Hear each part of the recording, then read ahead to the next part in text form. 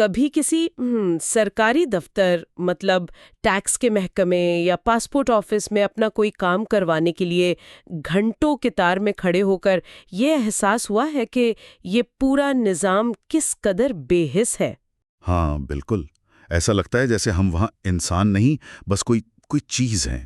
بالکل، کاؤنٹر کے اس پار بیٹھا ہوا شخص آپ کو، میرا مطلب ہے کسی کو بھی ایک انسان کے طور پر نہیں دیکھ رہا ہوتا، بلکہ اس کے لیے سامنے کھڑا شخص محض ایک فائل، ایک نمبر یا ایک کیس ہوتا ہے۔ اور لوگ اکثر یہی شکایت کرتے ہیں نا کہ یار یہ افسر کتنا بدتمیز ہے۔ ہاں بالکل، ہم اکثر سوچتے ہیں کہ کیا یہ نظام خراب ہو چکا ہے یا پھر در حقیقت اسے بنایا ہی اسی طرح گیا تھا؟ یہ ایک بہت گہرا سوال ہے نا؟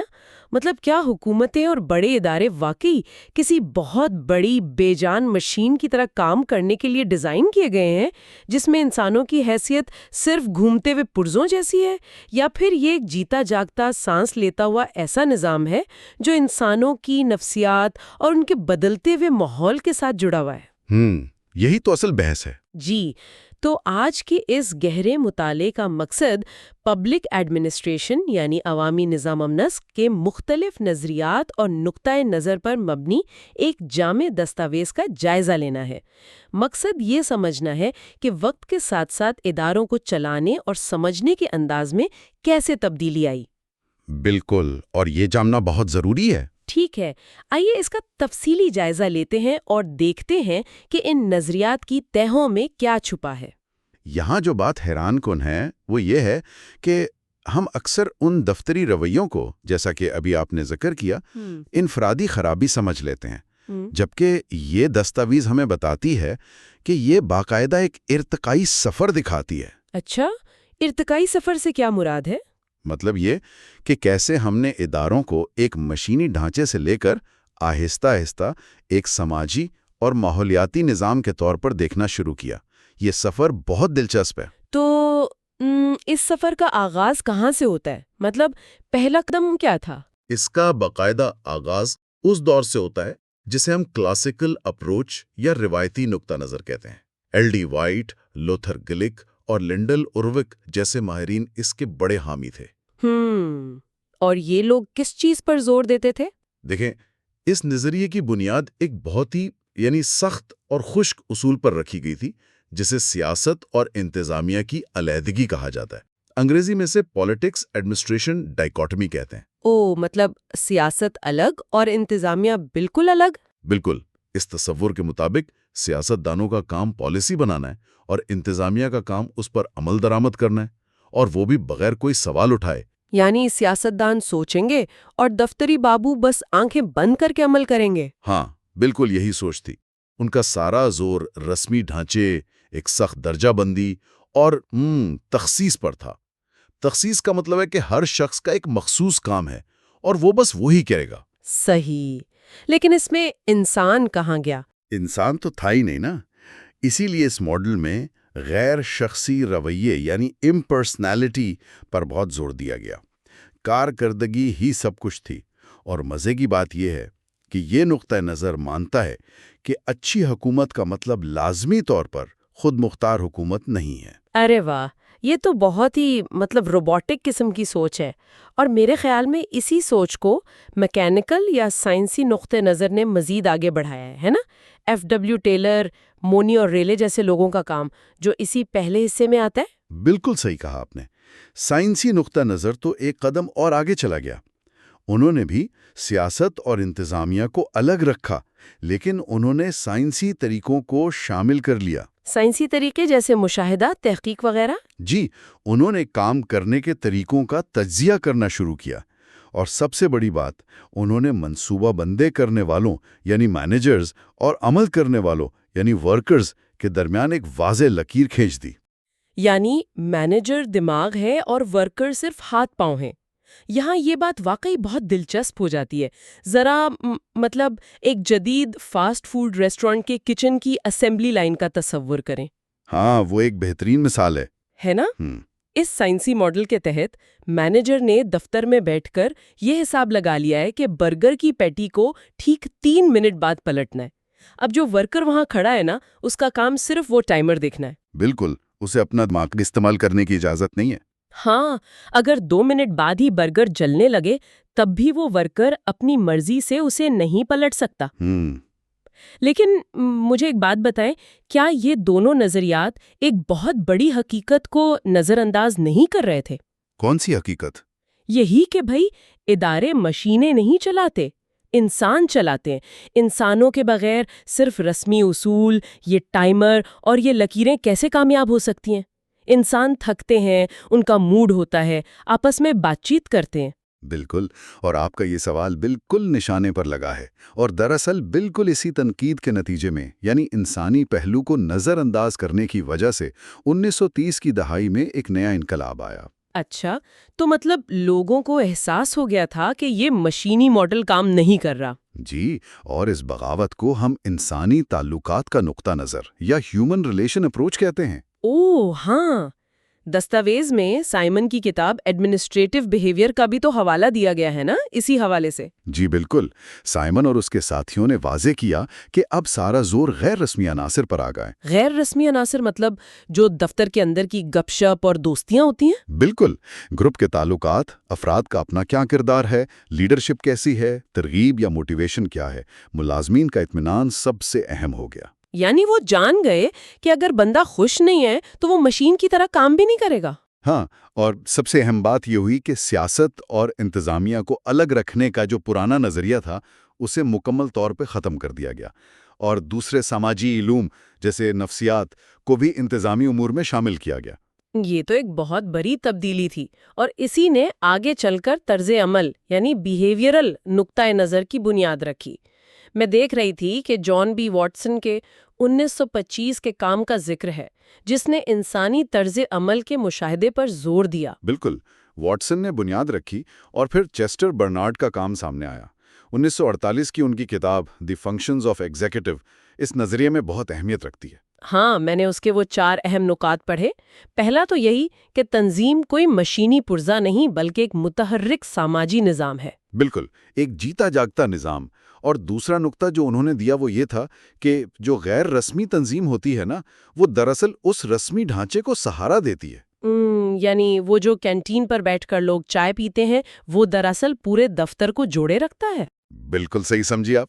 اور تیسرا نقطہ جو سب سے دلچسپ ہے وہ ہے اختیار کا رضامندی پر مبنی ماڈل، جسے کنسنٹ ماڈل آف اتھارٹی کہتے ہیں۔ یہ تو بہت حیران کن چیز تھی۔ ہم تو سمجھتے ہیں کہ باس کے پاس اختیار ہوتا ہے، وہ حکم دیتا ہے اور بات ختم۔ لیکن برنارڈ نے کہا کہ نہیں، اختیار باس کی کرسی میں نہیں ہوتا بلکہ ماتحت کے ماننے یا نہ ماننے پر منحصر ہوتا ہے۔ اگر ماتحت رضامندی نہ دے تو حکم کی کوئی حیثیت نہیں۔ ارے واہ، یہ تو پوری سوچ ہی پلٹ دینے والی بات تھی۔ ہاں، اور چوتھا نقطہ تھا مواصلات یا کمیونیکیشن کا نظام بہتر ہونا۔ دراصل دوسری جنگ عظیم کے بعد جب روایتی طریقوں سے بہت زیادہ عدم اطمینان پھیلا تو یہ نقطہ نظر بہت تیزی سے مقبول ہوا۔ صحیح، کیونکہ پرانے فارمولے جنگ کے بعد کے پیچیدہ مسائل حل نہیں کر پا رہے تھے۔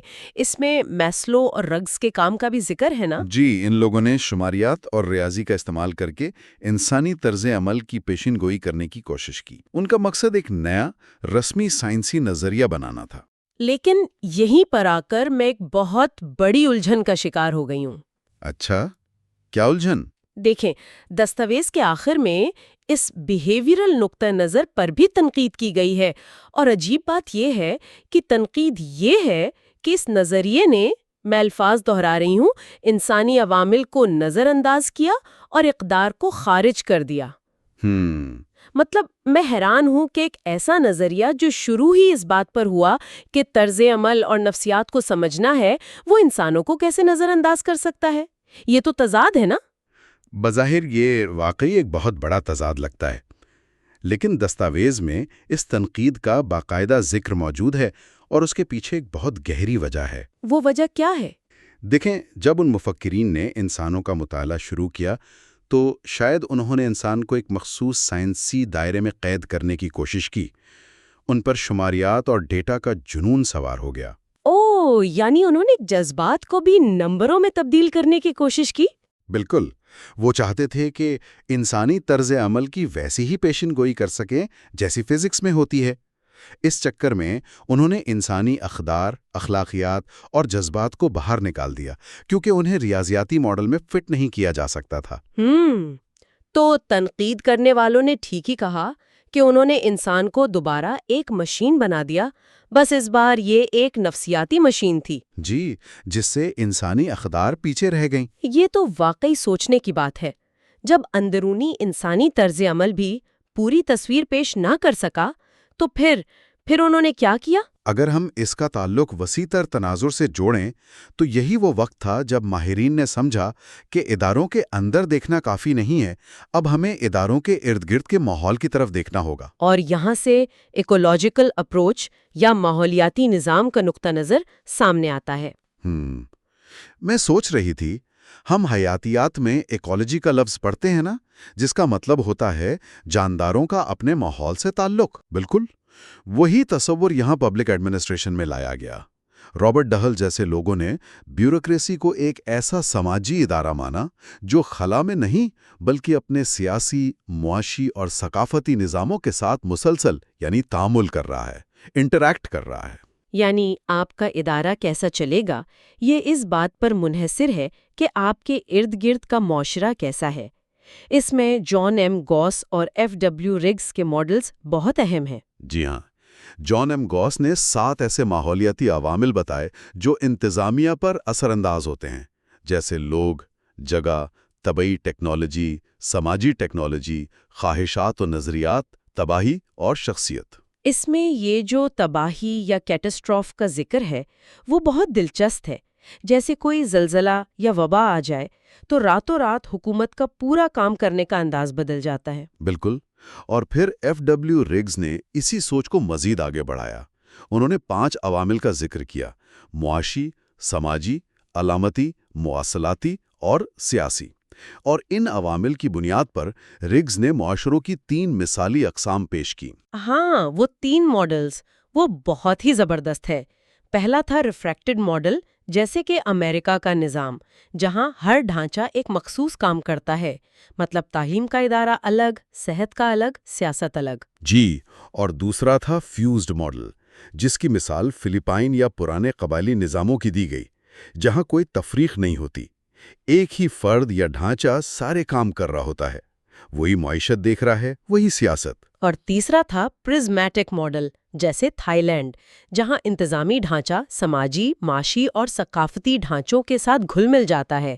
یہ روایتی اور جدید کا ایک عجیب سا ملاپ ہے۔ بالکل، اسے سمجھنا تھوڑا پیچیدہ ہو سکتا ہے۔ دیکھیں نا، اگر ہم پرزمیٹک ماڈل کو سمجھنا چاہیں تو ہم اس کا موازنہ ایک مقامی ہجوم والے بازار سے کر سکتے ہیں۔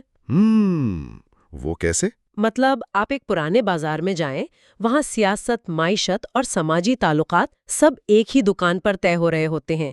دکاندار سے آپ سودا بھی لے رہے ہیں، ادھار بھی کر رہے ہیں اور ملکی حالات پر بحث بھی کر رہے ہیں۔ ارے واہ، یہ بہت اچھی مثال ہے نا؟ اور جبکہ ریفریکٹڈ ماڈل ایک ایسے بڑے سپر مارکیٹ کی طرح ہے جہاں ہر چیز کا ایک الگ مخصوص حصہ ہوتا ہے، سبزی الگ، بل دینے کا کاؤنٹر الگ، وہاں کوئی گپ شپ یا ادھار نہیں چلتا۔ بالکل، وہ ایک دم الگ الگ کھانے ہوتے ہیں۔ تو اس سب کا آخر مطلب کیا ہے؟ ہم نے اتنے سارے نظریات دیکھ لیے، اس کا نچوڑ کیا نکلتا ہے؟ اس ساری بحث کا نچوڑ یہ ہے کہ پبلک ایڈمنسٹریشن کا سفر یک طرفہ نہیں رہا۔ ہم نے مشینی اصولوں کلاسیکل اور سائنٹیفک ماڈل سے آغاز کیا تھا، جہاں انسان صرف پرزے تھے۔ جی، پھر ہم نے انسانوں اور ان کی نفسیات کی اہمیت کو سمجھا، جسے انسانی تعلقات اور طرز عمل کا دور کہتے ہیں۔ بالکل۔ اور آخر کار یہ جانا کہ کوئی بھی ادارہ اپنے ارد گرد کے معاشی، سیاسی اور ثقافتی ماحول سے کٹ کر نہیں چل سکتا۔ یہ ایکولوجیکل اپروچ تھی۔ ہر نظریہ اپنے وقت کے حالات کا جواب تھا۔ صحیح۔ اور یہاں سننے والوں کے لیے یہ واضح کرنا بہت ضروری ہے کہ دستاویز میں امریکہ، فلپینز یا تھائی لینڈ کی جو مثالیں دی گئی ہیں وہ محض مصنف کے ماڈلز ہیں۔ بالکل، ہمارا مقصد کسی ایک نظام کو دوسرے پر فوقیت دینا نہیں ہے۔ ہاں، ایسا نہیں ہے کہ سپر مارکیٹ کا ماڈل بازار کے ماڈل سے بہتر ہے یا برا ہے۔ ہم صرف اس تنوع کو سمجھنے کی کوشش کر رہے ہیں جو دستاویز میں پیش کیا گیا ہے۔ دنیا بہت بڑی ہے اور اسے چلانے کے طریقے بھی مختلف ہیں۔ بالکل، ہر معاشرے کی اپنی ایک ضرورت ہوتی ہے۔ جی، تو یہاں میں سب کے لیے ایک حتمی اور فکر انگیز سوال چھوڑنا چاہوں گی۔ اگر انتظامی ڈھانچے واقعی اپنے معاشرے کی عکاسی کرتے ہیں تو ذرا سوچئے کہ کیا ہوگا جب ہم کسی ریفریکٹڈ معاشرے، مطلب سپر مارکیٹ والے نظام کے سخت اور الگ تھلگ مشینی اصولوں کو زبردستی کسی فیوزڈ یا پرزمیٹک معاشرے پر، مطلب اس مقامی بازار پر نافذ کرنے کی کوشش کریں گے؟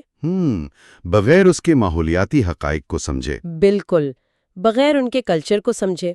کیا یہ ترقی ہوگی یا محض ایک انتظامی تباہی؟ کیا بازار سپر مارکیٹ بن جائے گا یا اس کی اپنی پہچان بھی ختم ہو جائے گی؟ یہ ایک ایسا سوال ہے جس پر ہم سب کو اپنے ارد گرد کے اداروں کو دیکھتے ہوئے خود غور کرنا چاہیے۔ واقعی یہ سوچنے کا مقام ہے۔ جی بالکل۔ تو آج کی اس معلوماتی نشست میں بس اتنا ہی۔ امید ہے کہ اداروں اور انسانوں کے اس پیچیدہ رشتے کو سمجھنے میں آپ کو بھی اتنی ہی دلچسپی محسوس ہوئی ہوگی جتنی ہمیں اس پر بات کرتے ہوئے۔ اپنا اور اپنے ارد گرد کے لوگوں کا خیال رکھیے گا۔